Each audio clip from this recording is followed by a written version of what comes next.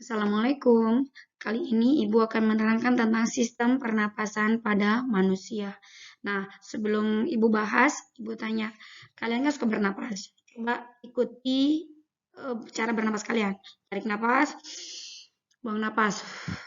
Tarik napas, buang napas. Nah, pertanyaannya, kenapa sih kita manusia itu harus bernapas? Terus pada saat bernapas, kamu menarik apa sih? Kok menarik udara? Udaranya itu untuk apa sih? Nah, pertanyaan-pertanyaan itu akan kita bahas satu ya. Nah, bernapas adalah proses pengambilan oksigen atau O2 dan mengeluarkan karbon dioksida atau CO2, di mana oksigen yang kita hirup dari udara ini akan digunakan untuk proses yang dinamakan oksidasi biologis. Nah, oksidasi biologis yaitu proses pembakaran makanan oleh oksigen untuk menghasilkan apa? Menghasilkan energi. Jadi, makanan yang sudah kalian makan itu nanti akan dibakar. Nah, pembakarannya ini disebut dengan oksidasi biologis. Sedangkan karbon dioksidanya beserta uap air di sini adalah sebagai zat sisa, di mana karbon dioksida dan uap air ini akan dibuang. Coba perhatikan, sini ada proses oksidasi biologis, ya, di mana C6H12O6 atau makanan dengan oksigennya dapat dari mana? Itu didapatkan pada saat kalian menarik napas. Nah, udara yang ditarik itu kan banyak. Nah, yang diikat oleh darah kita adalah oksigen. Nah, nanti akan menghasilkan 6CO2 dan 6H2O lalu akan menghasilkan yang namanya energi. Makanya kalau kalian sudah makan akan menghasilkan energi ya. Nah, energi yang didapatkan ini bukan cuma dari makanan, tetapi diolah juga atau dibakar juga dengan yang namanya oksigen. Nah, tadi melalui proses yaitu proses oksidasi biologis. Nah, ini kan hasil pernapasan itu kan ada karbon dioksida ya, yang tadi nih. Nah, mengeluarkan karbon dioksida dan ada uap air. Praktikum atau pembuktian untuk membuktikan bahwa bernapas ini mengeluarkan karbon dioksida adalah yang ini. Nah, ini kalian bisa membuktikan bahwa bernapas mengeluarkan karbon dioksida dengan percobaan meniup air kapur seperti gambar di bawah. Jadi kamu serut kapur, kapurnya masukin ke dalam gelas, isi air, lalu kalian aduk. Nah, setelah diaduk, nanti kan si kapurnya akan mengendap di bawah. Setelah kapur mengendap di bawah, kan airnya berarti menjadi jernih ya. Kamu masukkan sedotan ya, seperti di sini. Kamu masukkan sedotan. Setelah sedotannya masuk, tadi yang air kapurnya jernih, kan kapurnya mengendap di bawah. Nah, nanti pada saat kamu tiup, ternyata si air kapurnya menjadi keruh. Ditiup, ternyata air kapurnya menjadi keruh. Itu membuktikan bahwa bernapas itu mengeluarkan karbon dioksida. Nah, satu lagi bahwa mengeluarkan napas itu mengeluarkan uap air. Nah, uap air ini dapat dibuktikan dengan cara siapa yang pernah meniup kaca?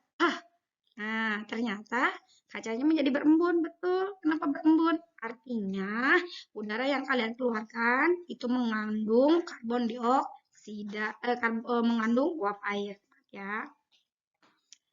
Yang selanjutnya, organ-organ sistem pernapasan pada manusia. Nah, organ-organ pada pernapasan manusia ini ada, yang pertama ada hidung. Nah, kalian bernapas kan pertama lewat hidung ya. Dari hidung nanti akan masuk ke dalam tenggorokan atau faring. Dari faring masuk ke pangkal tenggorokan atau laring. Lalu ada trakea, ada bronkus, ada bronkiolus, sama paru-paru. Nih, di sini ada hidung, ada faring, ada laring, ada trakea, ada paru-paru. Paru-paru ini ada dua, ada paru-paru kiri dan kanan. Bahas satu-satu. Nah, hidung nih. Nah, kita kan bernapas pertama melalui hidung. Di sini kan ada lubang hidungnya nih. Nah, lubang hidung berhubungan dengan rongga hidung. Rongga hidung merupakan tempat di mana udara dilembabkan dan dihangatkan. Kelenjar mukus menghasilkan lapisan lendir yang berfungsi untuk menangkap debu dan serbuk halus yang masuk ke dalam hidung. Bu, kelenjar mukus itu apa sih? Nah, kelenjar mukus itu yang biasa kita sebut dengan ingus. Nah, kalian suka ingus sana? Nah, ingus ini, si kelenjar mukus ini, fungsinya di dalam hidung itu yaitu untuk menghangatkan udara yang masuk. Karena di luar ini kan udara sama di dalam ini kan berbeda. Kalau di dalam tubuh kita suhunya lebih tinggi daripada udara yang ada di luar. Jadi, pada saat kalian bernapas, nah udaranya kan dingin. Nah, nanti sama si mukus ini akan dilembabkan dan akan dihangatkan supaya suhunya sama antara di dalam dengan dari luar ya, udara dari luar. Nah, selain itu, si mukus atau lendir ini juga fungsinya untuk menangkap debu dan serbuk halus yang masuk ke dalam hidung. Makanya, kalau kamu lagi nyapu nih, atau beres-beres rumah, debu. Setelah berdebu, kamu nyapu, ternyata kan si debunya nanti masuk ke dalam hidung ya. Nanti setelah dari hidung nanti akan hacung, hacung, bersih. Buat apa? Supaya dikeluarkan si debunya. Nah, pada saat kalian setelah selesai beres-beres, buang inguslah. Ternyata di ingusnya banyak, Bu. Lendir-lendirnya itu mengandung debu-debu. Nah, itu fungsi ingus atau lendir itu tadi kan untuk menghangatkan, yang kedua untuk menangkap serbuk halus atau debu-debu yang masuk ke dalam hidung. Nah, perhatikan lagi, pada dinding rongga hidung terdapat silia yang berfungsi untuk menggerakkan mukus dan menangkap benda-benda yang menuju ke belakang kerongkongan. Kotoran yang tersaring dalam silia akan dikeluarkan melalui bersin. Silia ini apa, Bu? Silia ini yang biasa kalian sebut dengan rambut-rambut hidung. Ya, jadi kan bisa kalau kamu lihat di hidung, oh hidung saya ternyata ada rambutnya. Nah, itu rambutnya jangan dicabutin. Fungsinya itu sebagai penyaring. Jadi kalau misalkan ada debu, kalau misalkan tidak ada rambutnya, ya debu masuk aja begitu. Tapi kalau ada rambutnya, nanti si debu-debu akan disaring oleh rambut atau silia ini. Yang selanjutnya ada tenggorokan atau faring. Nah, di sini ada faring. Nah, kan tadi ini hidung ya. Nah, ini hidung. Di sini nanti akan masuk ke sini. Ada ke faring. Faring ini ada 3 bagian. Ada nasofaring, ada orofaring, sama ada laringofaring. Faring atau tenggorokan adalah tabung di belakang mulut dan rongga hidung yang berhubungan keduanya ke dalam saluran pernapasan, yaitu trakea. Sedangkan fungsi faring adalah untuk menyalurkan aliran udara dari hidung dan mulut untuk diteruskan ke trakea atau batang tenggorokan. Faring juga berperan dalam proses masuknya udara ke dalam pita suara untuk menghasilkan suara. Faring menjadikan manusia dapat bernapas dari mulut. Nah, kalau kita pilek nih, biasanya kan nampak hidungnya, susah napasnya. Kadang-kadang kita napas dari mulut. Nah, udara yang masuk dalam mulut ini nanti akan disalurkan oleh faring ke dalam trakea. Nah, dari faring ada laring atau pangkal tenggorokan. Nih, gambar yang ini. Laring ini. Ada epiglotis, atas ada supraglotis, ada glotis sama subglotis. Laring merupakan bagian atas dari tenggorokan. Pada ujung atas laring terdapat katup yang disebut dengan katup epiglotis. Nah, ini biasanya suka keluar nih. Katup epiglotis. Katup ini merupakan tulang rawan yang sangat tipis yang akan menutup pangkal tenggorok pada waktu menelan, makan, dan membuka ketika kita berbicara atau bernapas. Nah, saat kita makan sambil berbicara, biasanya kita akan tersedak. Tersedak ini dikarenakan tutup epiglotis tidak bisa bekerja dengan baik karena bingung harus menutup atau membuka saluran pencernaan atau pernapasan. Di bawah katup epiglotis ini terdapat tulang rawan yang membentuk jakun. Kalau laki-laki kan ada jakunnya kelihatannya jendul, kalau perempuan sih tidak terlalu kelihatan. Di dalam jakun ini terdapat pita suara sebagai tempat dihasilkannya suara. Nih, Ibu pengen bahas yang kenapa kalau kita lagi makan sambil ngomong tersedak. Nah, ini karena si katup epiglotisnya ini bingung nih. Jadi pada saat kan di sini ada 2 saluran ya. Di sini ada 2 saluran. Ini saluran untuk pernapasan, ini saluran pencernaan. Pada saat kita bernapas, salurannya ketutup adalah saluran pencernaan ditutup. Jadi si udaranya masuk ke sini. Sedangkan pada saat kita makan, makanannya yang kita makan ini harus masuk ke sini. Jadi yang ini yang ditutup. Jadi makanan masuk ke sini. Sedangkan kalau kita makan sambil ngomong, jadi ini ketutup buka, tutup buka, tutup buka. Karena si epiglotisnya kan harus bekerja 2 kali. Ya untuk nutup ke makanan, ya untuk nutup untuk ke pernapasan. Nah, dianya bingung nih. Gimana caranya? Jadi si makanannya harusnya masuk ke sini, malah masuk ke sini. Jadi kalian tersedak. Yang keempat yaitu ada trakea atau batang tenggorok. Trakea menghubungkan laring dengan bronkus dan menjadi jalan bagi udara dari leher ke bagian dada. Bentuknya seperti pipa. Fungsi utamanya sebagai jalur udara untuk masuk dan keluar dari paru-paru. Organ ini tersusun atas cincin tulang rawan dan terdapat di depan kerongkongan. Pada dinding dalam tenggorokan terdapat lapisan lendir atau silia untuk menangkap debu. Jadi sama nih di tenggorokan atau di trakea ini ada silianya juga. Itu fungsinya sama silia sama lendir ya.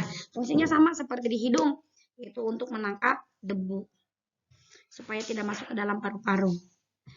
Yang kelima nih ada bronkus. Bronkus atau cabang tenggorok. Yang mana sih Bu bronkus? Nah, ini adalah bronkus. Ya. Bronkus adalah percabangan saluran udara dari trakea menuju bagian kanan dan kiri paru-paru. Baik bronkus kanan maupun bronkus kiri tersusun atas tulang rawan dan otot-otot halus yang diselubungi oleh membran mukosa atau selaput lendir. Saluran yang sebelah kiri bentuknya lebih panjang dan sempit. Bronkus memiliki cabang-cabang yang lebih halus disebut dengan bronkiolus. Jadi ini adalah bronkus, ya. Bronkus, sedangkan yang ujung-ujungnya ini adalah bronkiolus. Ini bronkiolus. Jadi bronkus yang ini cabangnya ya. Yang selanjutnya ada bronkiolus yang tadi sudah bercabang. Bronkiolus memiliki cabang-cabang yang lebih halus yang dinamakan dengan bronkiolus. Masing-masing cabang tersebut berakhir pada yang namanya alveolus. Yang mana sih alveolus? Nah ini, yang ini adalah alveolus. Alveolus ini bentuknya seperti anggur ya, atau disebut dengan gelembung paru-paru. Letak alveolus ada di ujung bronkial dengan jumlah yang sangat banyak, yakni sekitar 480 juta kantung. Nah, di alveolus ini tempat terjadinya difusi oksigen ke dalam darah, sehingga pada dinding alveolus banyak terdapat kapiler darah. Jadi si pembuluh kapiler ini fungsinya untuk itu. Oksigennya diambil, karbon dioksida dibuang. Oksigen diambil, karbon dioksidanya dibuang. Nah, pertukaran gasnya yaitu secara difusi, yaitu perpindahan suatu zat melalui selaput. Yang mana sih Bu bronkiolus? Nah, ini lebih tepatnya. Ini adalah bronkiolus. Di mana pembuluh yang merah ini adalah pembuluh yang menyalurkan oksigen dari hidung. Nah, si oksigennya dimasukkan ke dalam alveolus. Jadi si oksigennya diambil, lalu karbon dioksida hasil tadi oksidasi biologisnya akan dikeluarkan. Nanti dikeluarkan melalui pembuluh vena namanya. Ini pembuluhnya berwarna biru. Kalau yang berwarna biru ini berarti dia dari paru-paru akan dikeluarkan ke hidung. Dia mengandung karbon dioksida. Kalau yang merah ini dia mengandung oksigen dari hidung, lalu dimasukkan ke dalam alveolus. Ya, nanti dimasukkan ke dalam sel-sel dari alveolus. Yang ini ingat ya, kalau yang biru ini adalah mengandung karbon dioksida, dia dari alveolus menuju ke hidung, artinya dia akan dikeluarkan oleh tubuh. Nah, yang selanjutnya paru-paru. Jadi sistem pernapasan secara keseluruhan itu namanya paru-paru. Sedangkan tadi yang Ibu sebutkan satu-satu itu adalah merupakan bagian-bagian dalam paru-paru.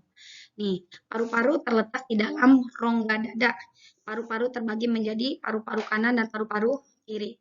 Nih, paru-paru kanan terdiri dari 3 belahan atau 3 lobus dan paru-paru kiri hanya terdiri dari 2 lobus. Paru-paru dibungkus oleh selaput yang disebut dengan pleura. Lapisan luar pleura bagian dalam melapisi paru-paru untuk menghubungkan organ-organ di dalam paru-paru. Di antara kedua lapisan tersebut terdapat cairan limfa yang akan berfungsi untuk melindungi paru-paru dari gesekan pada saat mengembang dan mengempis.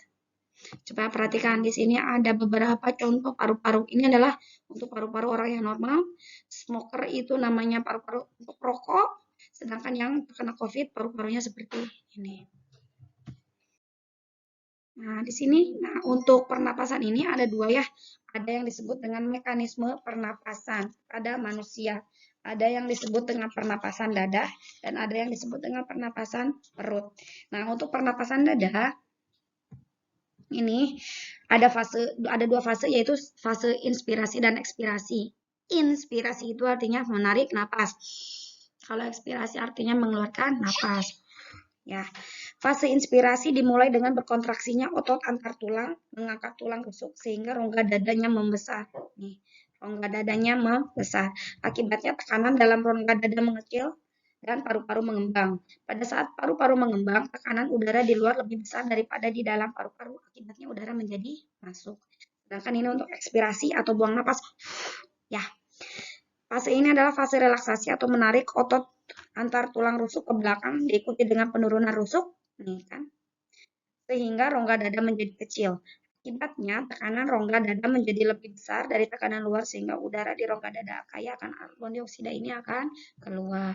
Sedangkan yang ini adalah pernapasan perut, bukan perutnya goyang-goyang, tapi disebut pernapasan perut karena yang berfungsinya adalah diafragma. Nah, sama di pernapasan perut juga ada inspirasi dan ekspirasi. Tapi bedanya coba perhatikan. Fase inspirasi untuk pernapasan perut. Fase ini dimulai apabila otot diafragma. Nah, yang ini nih. Otot diafragma ini. Otot diafragma berkontraksi sehingga rongga dada membesar dan paru-paru mengembang. Akibatnya udara akan masuk ke dalam paru-paru. Yang ini ekspirasi. Lihat, dia ekspirasi lebih melengkung ya. Fase ini ditandai dengan diafragma yang kembali ke keadaan semula. Kemudian rongga dada menyempit, mendorong paru-paru sampai mengempis. Udara yang ada di paru-paru akan keluar. Nah, untuk lebih mengetahui atau lebih memahami pernapasan perut, kita akan melakukan praktikum pernapasan perut. Kamu bisa melihat di sini nih, ada contohnya seperti ini. Alat dan bahannya yaitu ada botol minum bekas, dipotong atasnya, lalu nanti kita masukkan selang, nanti selangnya di sini akan dicabangkan, lalu kita kasih balon yang kecil di tiap-tiap cabangnya, lalu yang bawahnya ini nanti kita tutup dengan balon yang lebih besar, di mana selang ini akan berfungsi sebagai batang tenggorokan, lalu yang ini kan rongga dada semua ya, lalu yang kiri dan kanan ini sebagai paru-paru, ya, yang bawahnya ini sebagai diafragma. Nanti caranya seperti ini. Nanti akan ditarik, pada saat kan tidak ditarik normalnya seperti ini ya. Si balon yang ada di dalamnya itu tidak mengembang. Kalau yang bawahnya tidak ditarik. Ternyata setelah ditarik bawahnya, si rongga dadanya akan mengembang. Nah, itu menandakan bahwa pada saat kita bernarik napas, ini akan mengembang. Ya, pada saat kita balikin lagi, ya, diafragmanya, nanti si udaranya akan keluar, sehingga si paru-parunya menjadi sempit, artinya udaranya sedang keluar. Yang selanjutnya, volume pernapasan. Ada yang namanya udara tidal. Udara tidal ini ukuran volumenya sekitar 500 cc, yaitu volume udara yang masuk dan keluar paru-paru pada saat pernapasan biasa. Kamu napas biasa nih. Nah, udara yang masuknya dan keluarnya itu sekitar 500 cc yang disebut dengan volume tidal. Yang kedua ada volume suplemen, sekitar 1500 cc. Nah, kalau yang suplemen ini yaitu volume udara yang masih dapat dikeluarkan dari paru-paru setelah ekspirasi normal. Kita kan ekspirasi atau pengeluaran normal. Nah, udara yang masih bisa dikeluarkan yaitu sekitar 1500 cc. Yang ketiga ada komplementer atau komplemen sekitar 1500 cc. Nah, volume udara yang masih dapat dihirup setelah inspirasi normal. Berarti masih bisa ngirup. Nah, itu disebut dengan komplemen. Sedangkan udara vital itu sekitar 3500 cc. Dari mana sih, Bu? 3500 cc. Nah, dari sini. Dari tidal tambah suplemen tambah komplemen. 500 tambah 1500 tambah 1500 yaitu sekitar 3500 cc. Nah, vital ini dapat dikeluarkan dalam satu ekspirasi dan setelah inspirasi maksimal, ya. Yang selanjutnya ada udara residu. Residu namanya juga berarti sisa. Volume udara yang tersisa di dalam paru-paru setelah melakukan ekspirasi maksimal. Coba ekspirasi maksimal. Keluarkan sampai kamu rasa engap di dadanya. Nah, sudah dikeluarkan, merasa engap, ternyata di dalam itu tidak kosong, tetapi masih ada udara sekitar 1000 cc, yaitu disebut dengan udara residu. Sedangkan kapasitas total paru-paru ini berarti yang ini 3500 ditambah 1000 berarti sekitar 4500 cc. Nah, gangguan pada sistem pernapasan manusia ini banyak ya. Yang sekarang lagi booming adalah COVID-19. Nah, COVID-19 ini diakibatkan oleh yang namanya virus coronavirus disease tahun 2019. Ya, tadi kan Ibu sudah perlihatkan bentuk paru-paru orang yang terkena COVID. Yang kedua ada TBC. Kalau TBC ini disebabkan oleh yang namanya bakteri Mycobacterium tuberculosis. TBC ini hati-hati ya, menular. Lalu ada pneumonia. Penyakit radang paru-paru yang disebabkan oleh bakteri Diplococcus pneumonia. Akibat dari serangan bakteri tersebut, maka akan terjadi peradangan pada alveolus. Yang kelima ada bronkitis. Bronkitis merupakan gangguan pada cabang-cabang batang tenggorokan bronkus ya, akibat peradangan atau inflamasi pada saluran tersebut. Gejala bronkitis antara lain penderita mengalami demam dan menghasilkan lendir yang menyebabkan batang tenggorokan. Akibatnya penderita akan mengalami sesak napas. Yang terakhir itu ada emfisema, adalah penyakit yang disebabkan oleh pembengkakan paru-paru. Pembengkakan ini dapat disebabkan karena pembuluh darah pada paru-paru kemasukan udara. Gejala ini ditimbulkan seperti nafsu makan berkurang sehingga berat badan menurun secara drastis. Sampai di sini materi tentang sistem pernapasan. Nanti kita akan lanjutkan pada materi-materi yang selanjutnya. Wassalamualaikum warahmatullahi wabarakatuh.